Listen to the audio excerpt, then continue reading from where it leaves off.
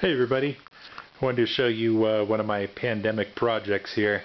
I figured while I was spending so much time at home, I should have something to show for it. So this is one of the things I've been working on for the last few months.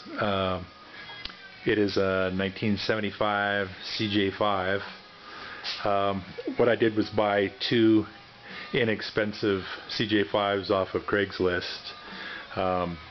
One had this AMC 360 motor in it, and the other Jeep had this nice T18 4-speed in it. I picked the best frame. This one was pretty rust free. It just needed to really clean it up, wire brush it, take all the brackets off, clean everything. Did a catalyzed primer prime on it, and then satin black finish over the top. Rebuilt both the axles, new bearings, new seals. They have 373 gearing front and rear. Got new shocks. These little tiny super short drive shafts with the 4-speeds are crack up. I know a lot of guys upgrade that.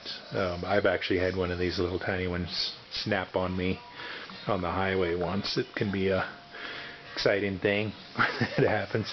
But it has new U-joints. Really pretty much everything on this is new. New flywheel, new clutch assembly. I rebuilt the T18 trans, and I do have a video of that if you're working on one and need to take a look. This 360 motor I rebuilt. It had been rebuilt not that far in the past, before the Jeep had been parked for 20 years. So when I opened it up, the majority of the machine work was already done in it. Everything looked really good, well within specs. Replaced all the bearings and rings and gaskets and everything you would expect, seals. But it already had this Edelbrock Performer manifold on it. I put the Holley carb on. They had a Carter on it. It came with these Hedman headers, these cool vintage Hedmans that are in real nice shape. I cleaned up all the ports on the head, put in stainless steel valves, had the crank turned, new bearings and all that. Put on a new oil pump, fuel pump, water pump, HEI distributor, so there won't be any coil mounted on the firewall or anything.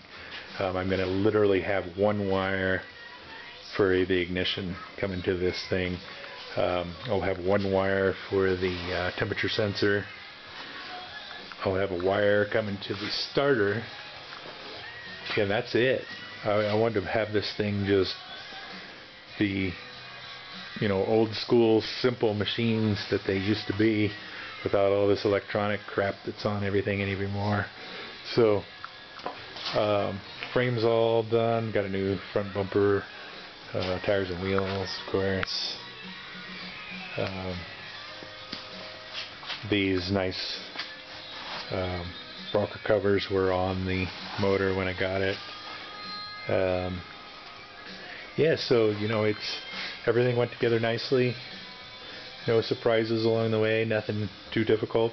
As long as you've got an engine hoist, you can do this easily. Taking the Jeep tubs off of these is actually very simple. I did it by myself. You can disconnect everything and get one of these tubs off in a couple of hours.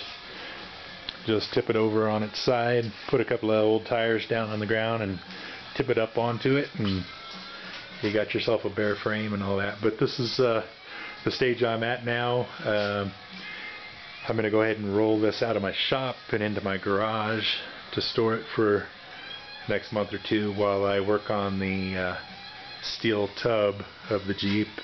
It's got a bunch of rust issues, so I'm going to need to do some repairs on that.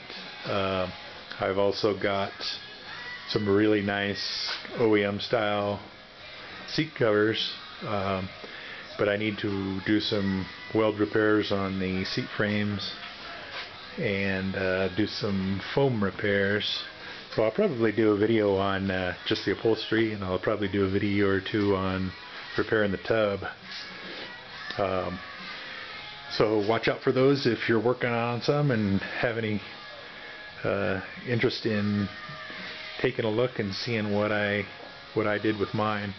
But that's pretty much it, you know, just one of the projects for the end of 2020, and this will be a fun little machine for running around this summer.